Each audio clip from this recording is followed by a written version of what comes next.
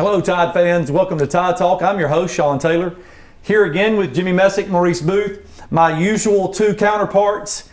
Coming off a slow couple of weeks, guys. I mean, you know, we get our idle bye week, and then, man, does LSU want to play us, or was it really COVID? Do we really know?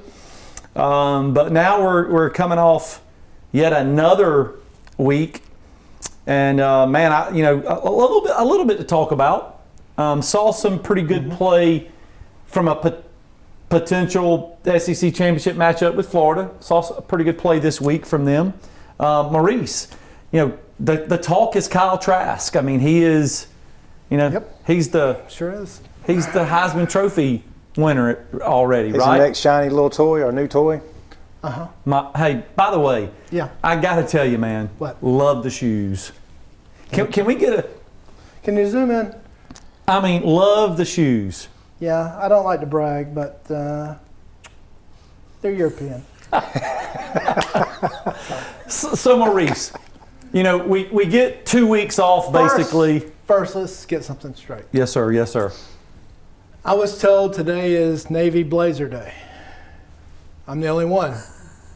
Chris is the one that called me and said, wear your Navy blazer. Everybody's wearing blazer. Oh, so now you and Chris have a little connection. Well, that's why I get more camera time. Yeah. Well, I thought it was the hair. It could be the hair. Could be the hair. Chris and I have similar hair, so we go to the same barber. I understand. Okay. I understand. So anyway, you were saying about Kyle Trask. Yes, he would be the front runner right now because he was really the only one that played, and he lit it up. I would think, to be quite honest, if I were a voter, I would put him ahead of Mac Jones right now. I know that makes a lot of Alabama people upset, but I don't care. Kyle Trask is on fire. He has somehow started to click with Dan Mullen in their offensive strategies, and it seems to be working. And he did it the other day without Kyle Pitts. Which will probably, I know this is going to make a lot of other Bama people upset. He's going to probably be your Blitnikoff Award winner because he got snubbed last year, and he is that good. Yeah. So, Jimmy? Man, I have nothing about Florida. I don't know. I thought this was an Alabama show. Are we talking about Florida football, or are we talking about Alabama football? Well, this is an Alabama show, but Alabama's been postponed for the past 2 weeks. Yeah. So, is anybody else having withdrawals besides me? I mean, is anybody tired of watching just your shirt? Yeah. Is anybody tired of bada bing? Is anybody tired of watching the Big Ten yet? Yes. I mean, my gosh. Yes. Is that football? They say it is. I don't know. It's hard to watch though. I mean, it really is. But yeah, man, Kyle Trask, Florida. I mean, it's looking like they will be. Our competition in the SEC championship game, and you're right. He's on fire right now. Matter of fact, I had a conversation with my mother before I came in here, and she asked me. She said, "Jim, do you really think Florida can beat us?" And I was like, "Nope," real quick without thinking twice. But yeah, they're going to be a fun opponent to play. That's no doubt. Yeah, I definitely think it's going to be. I mean, look, we said it. I think a week or so ago. I mean, there's been so many Alabama, Florida SEC championship matchups, but this turns out to be a good year for some offensive. In the past there's been a lot of defense. Right. We've especially back in the 90s when Alabama's defense was really, really good. And I can just remember specifically when we played the first championship game, Langham intercepting the ball, and taking it in, for the closing score, if you will. But this is going to be a little different. A little different game, I believe. Now, I believe, fortunately for us, Florida hasn't played a defense like ours yet. And that's me saying that a little loosely because we haven't played as well. But as I've said, I think we've progressed since the second half of the Georgia game. So I'm looking forward to seeing how our defense steps up for that challenge specifically. Well, I don't want to say we're getting ahead of ourselves because we still got to play. I was going to say, please don't let Saban see this because he would absolutely. Yeah, he'll probably call me and want to choke me out or have me killed or something. Right, but it's going to take a catastrophe for these two teams not to meet. Because, I mean, we still have to play a good Arkansas team. I always have to play Auburn, who on their worst year can surprise us. And what else is there to talk about after being off for 2 weeks? Well, I don't see much, and no disrespect to Kentucky, but, this ball is shaped differently.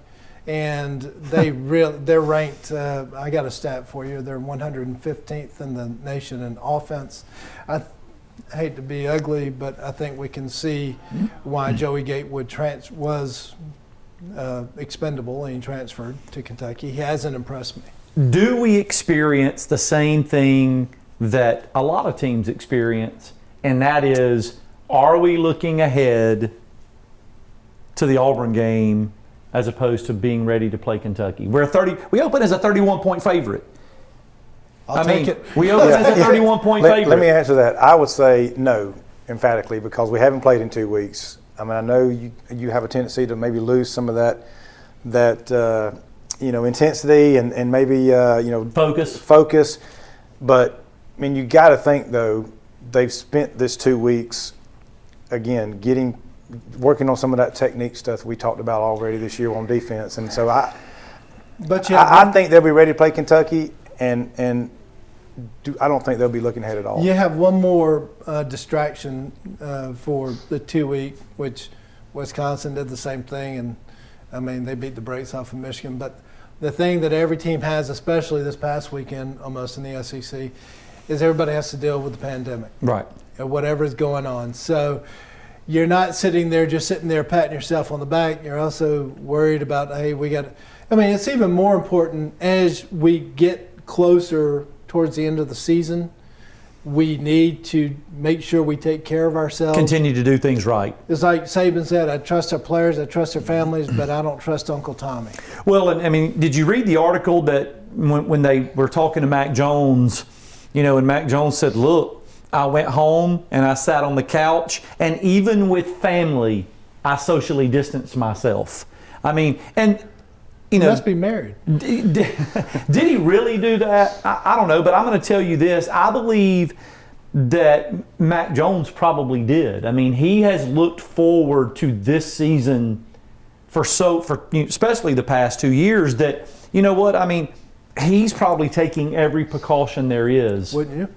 No doubt about it. Well, no doubt about it. Especially the way the season's going for him. Right. I mean, minus our coach. I mean, have we really heard much about that on our team? No, knock on wood. We don't know. We didn't disclose, and rightfully so. I believe that as far as privacy and so forth, HIPAA regulations. Right. Yeah. We don't know what they went through from March until August as far as anybody being exposed to it. But positive cases. Yeah. So you never know. I mean, Jimmy, you're right. I mean, maybe we are jumping ahead a little bit. I guess my thought is, as you said, something really bad's got to happen for us to not play Florida in the SEC championship game. But let's take a step back. We do have Kentucky this week, and to kind of continue on with that thought process with Mac Jones, I mean, yeah, the Joker has looked forward to this season and the way things are going for him. I mean, he's now considered in the Heisman talk. Yes. By the way, I won't pat myself on the back, but I think if we go... I don't remember you saying that. I don't remember him mentioning that either. I think if we go back to the first show, I'm going to say the Joker's going to have a chance to be in the conversation. Oh, when you said Joker, I thought you were talking about Wong. Oh, okay. My bad. So, listen, things are going well for him. So I really believe that he is taking those precautions. I believe that he's probably holding some other guys accountable on the offensive side specifically, because he's kind of the offensive leader, if you will. Right. I think he's holding some guys accountable. And did you know this? He was a former commit to Kentucky. Remember, he was committed to Kentucky. I did know that. And then decommitted and came to Alabama. That's got to be a little extra. That's a good stat. That's got to be a little extra motivation for him. I guess. It's good. No, I didn't know that. It's good information. I really didn't. So that's a great opportunity for us to take a quick break. On behalf of Bob English and State Farm, hold your seats, Tide fans. We'll be right back with Tide Talk. Hey, Bob. Hey, Bob.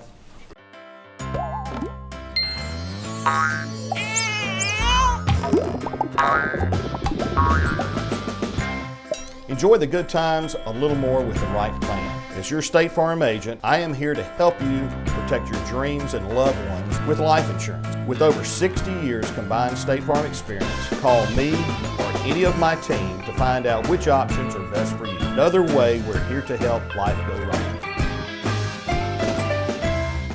We were talking the break. I even mentioned, looking ahead, and I was doing that. So I'm hoping our team isn't doing that. Sometimes it's difficult. it's difficult not to do that. You know, we open as a 31-point favorite against Kentucky. However, I do agree, Jimmy. I hope that the fact that we haven't played for 2 weeks, there's a little bit of hunger there. They got to be chomping at the bits, right? I'm hoping that there's a little bit of hunger there to get back out there, kind of get in the groove, to get ready, because next week, the next week we play Auburn. Let me step back. Hopefully, because the commissioner said, this coming weekend the games are scheduled, but then after that you don't really know. Right. So that is the plan, is to play Auburn. But I want to talk a little bit about just the simple fact, as you mentioned, Mac Jones comes out and he's having a really good season. A lot of that has to do with the talent around him. I've read some stuff about how these other people Trask, and as you said, I think you said at the break that Corral was leading the league in passing. That's not surprising, to be honest, with Lane Kiffin's offensive style. If you watch Lane Kiffin this past weekend, they throw the touchdown, and before the ball ever leaves his arm, he's got his hand raised and he throws the clipboard. I thought that was pretty cool, to be honest. But it's not surprising with the style of offense that they have. We're starting to do a lot of things better. We're running the football better. Najee Harris, as we've said before, could be in the talk with respect to the Heisman. Devontae Smith could be in the talk. 2 weeks off has hurt our guys from a statistical perspective, but hopefully. Well, speaking of that, that's a tough word to say too. Tide fans, we're reaching this week on some stats just because we ain't played in 2 weeks. But I will throw these couple of little nuggets out there to you since we're talking about individual stats. Right now, our man Mac Jones is second in the league in passing yards behind Matt Corral at Ole Miss. Our man Najee Harris is in second in the league behind the running back from South Carolina, surprisingly. We thought that was a dumpster fire over there, right? But they had the leading rusher in the league at the moment. Receiving yards this past weekend. Receiving yards, we have the number 2 receiver, and we all know who that's going to be. Smitty. But guess who is still fourth? Who? Waddle. Take a guess. Mr. Waddle is still fourth in the league in receiving yards. So anyway, just a few things out there, Tide fans, this week. Speaking of Waddle, he said it. Is it possible that he comes back for the playoffs? I mean, would you want him to come back? Hold on. If he's 100%, can somebody let me finish? Without a doubt. I want him.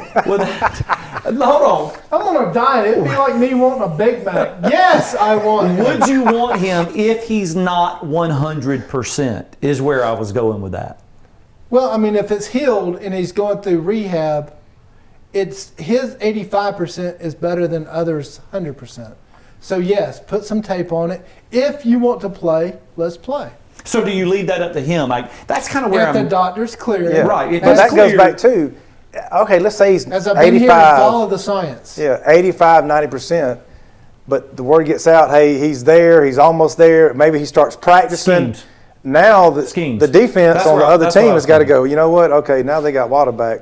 My gosh, now we got to go start I'm glad that you were thinking on those lines, because that's kind of what I was thinking. I mean, yes, if he's cleared, because obviously if he's not cleared, that's not going to be an option. Right. But if he's cleared, but he is not 100%, but let's just say he's 85, just for the sake of the conversation, do you put him back out there? Personally, if Jalen Waddle wants to play, then I say yes. Absolutely. Just because of what it does schematically for other teams. Another tough word to say. And yes, I'm glad he said it. I'm glad he said it, not me. I am in education. He is in education. Correct. But I agree, because as a former defensive player, now in practice, I'm spending at least 20 to 30 minutes in secondary just on packages with him in it. Correct. That doesn't include what the DC and defensive back coaches are now having to take away and plan for. Yeah. So yes, you do. Yeah, I think it is. I think it's worth the conversation. Look, the guy's getting his cast off this week. I don't believe that was the expectation. They've made some conversation about that because it was. I think he's healing fairly well. Right. So, does he play? I don't know. Would it be nice to have that ace in the hole even from, you know how Saban is, he's not gonna divulge any information that he doesn't have to. Even if there's the possibility, they have to plan for that. Teams have to plan for that. And hey, and think about this too. The fact that these games are getting rescheduled and the end of the season is getting pushed back, shuffled a little bit. Now that SEC championship game is not going to be the week that we thought it was going to be. Now it's going to be pushed back. And what is that going to do for the college football playoff, assuming we get there? So, can I share my point of view on this, please? Camera over here. Thank you. Please share it. I have said this since August. You pushed back since Pac-12, MAC, and everybody else pushed it back till theirs to November. First week of Saturday in November, you push you can still have some New Year's Day bowl games, but for the important ones, especially for the playoffs, push it back to MLK weekend, and you can have it at the same venue if that's what you want to do. I don't know what that's going to buy you, but then you have that on MLK weekend. It gives teams in the Big Ten and the Pac-12 time to finish their season, play a 10-game schedule, please. Not this 7 garbage, and then we decide. Then, I mean, if you push the season back, even the SEC started September 24th or 26th. So that right there was 3 weeks, 3 to 4 weeks where we were pushed back. So if that's the case, then I don't understand why the college football gods don't push it back at least 3 weeks, from New Year's. So, and then the next Saturday, play the championship. That's another good conversation, and we've got to make sure to go back to that. And that is it fair that Ohio State and the Big Ten and those guys only play 8 games when we're playing 10 SEC games? But we want to talk about that in a second. But Jimmy, yes, man, I think it's better for us, and it increases our chances to get Jalen Waddle back now that we've already said, hey, we're pushing the SEC championship game back a week. It's not going to be December the 19th when it was supposed to be December the 19th. Now that December the 19th day is a makeup day. The schedule tentatively right now is that we will play LSU on December the 19th. Now that can change. So I thought we weren't moving the SEC championship game. Has that been moved? It has been moved. Then how are we going to play LSU on the 19th? That's currently doubleheader. The SEC has. I'm up, and I think we can take it. The SEC has said that December the 19th will be used for makeup games based on scheduling and necessity. Yeah, I'm with you. So, and again, I read that too, and I'm assuming, because I have not read specifically that states the SEC championship game won't be played on that same day as well. It could be that we're playing the SEC championship game, but and these other makeup games are being played. Now, I don't know that for sure yet, but it would be nice if it's moved. I read it though, and we need to get some clarification on that, but I read it as currently we potentially are playing LSU on the 19th. That's what we're hoping for anyway. Right, because I'm going to tell you, the longer we can do that and push some games back, the better opportunity we do have to get Waddle back, which can only just increase our chances tremendously. So we'll take a short break. Let's come back and talk about what you were referencing, Maurice, which I think is a really great conversation. The Big Ten and the Pac-12 and those guys starting so late and only playing, 7 or 8 games, I believe? 7 games for the Pac-12. So, man, that's a great conversation. So let's take a short break. On behalf of Bob English and State Farm, we'll be right back with Tide Talk. Hey, Bob. In life, some things just go together, like a burger and fries, and home and auto insurance from State Farm. So make it a combo. Combining your home and auto insurance could save you time and money. And who doesn't like that? Just call me, Bob English, or any of my experienced hometown team and find out how you could start saving today. It's just another way.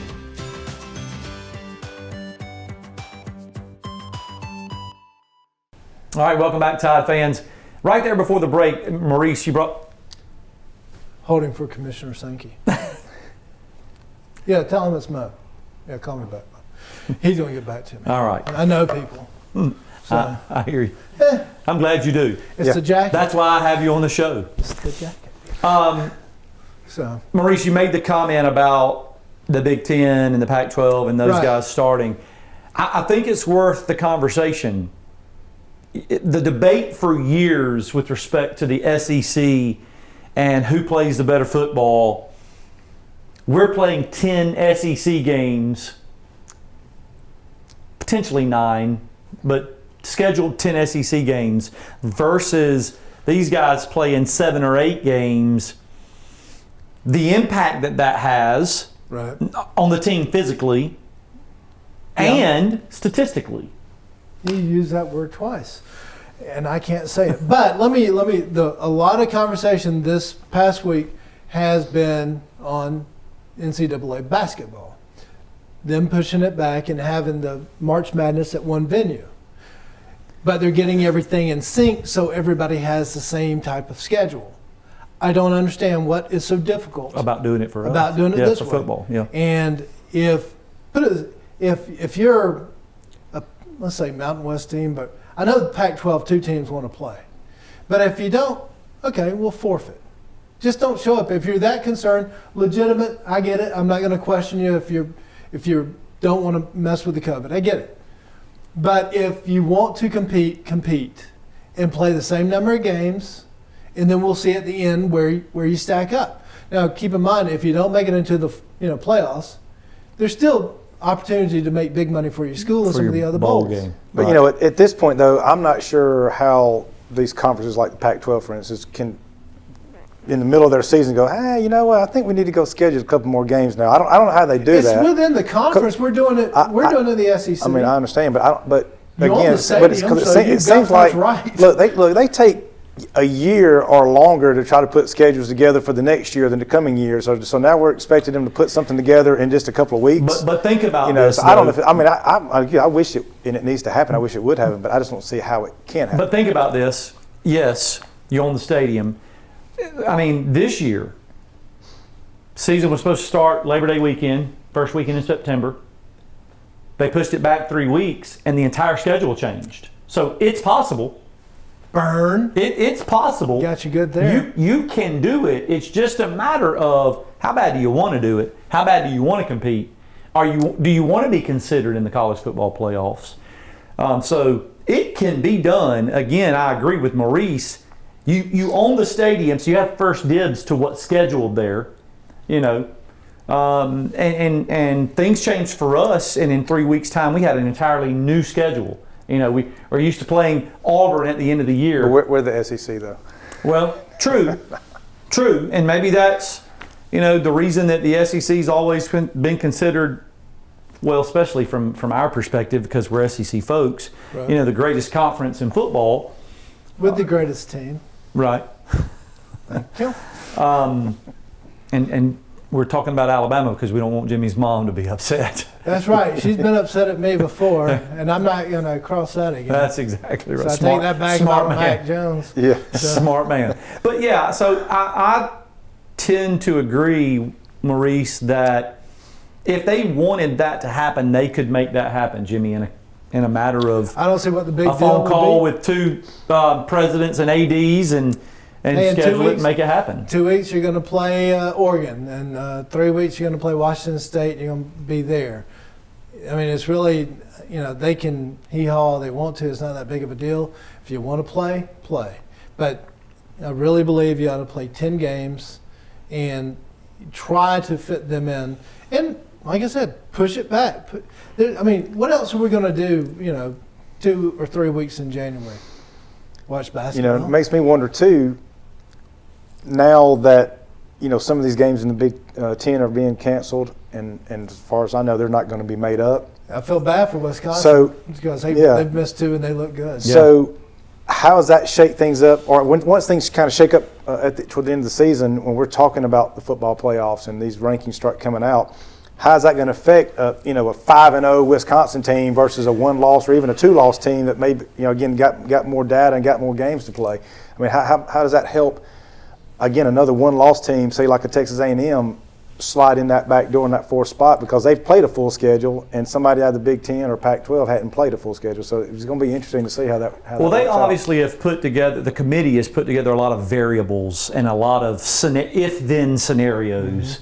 Mm-hmm. If this happens, then this. I mean, it has to be that way And I know that they've done a really good job. You know, look, we're thankful that we're able to play football, you know, with the COVID and the pandemic that's taking place.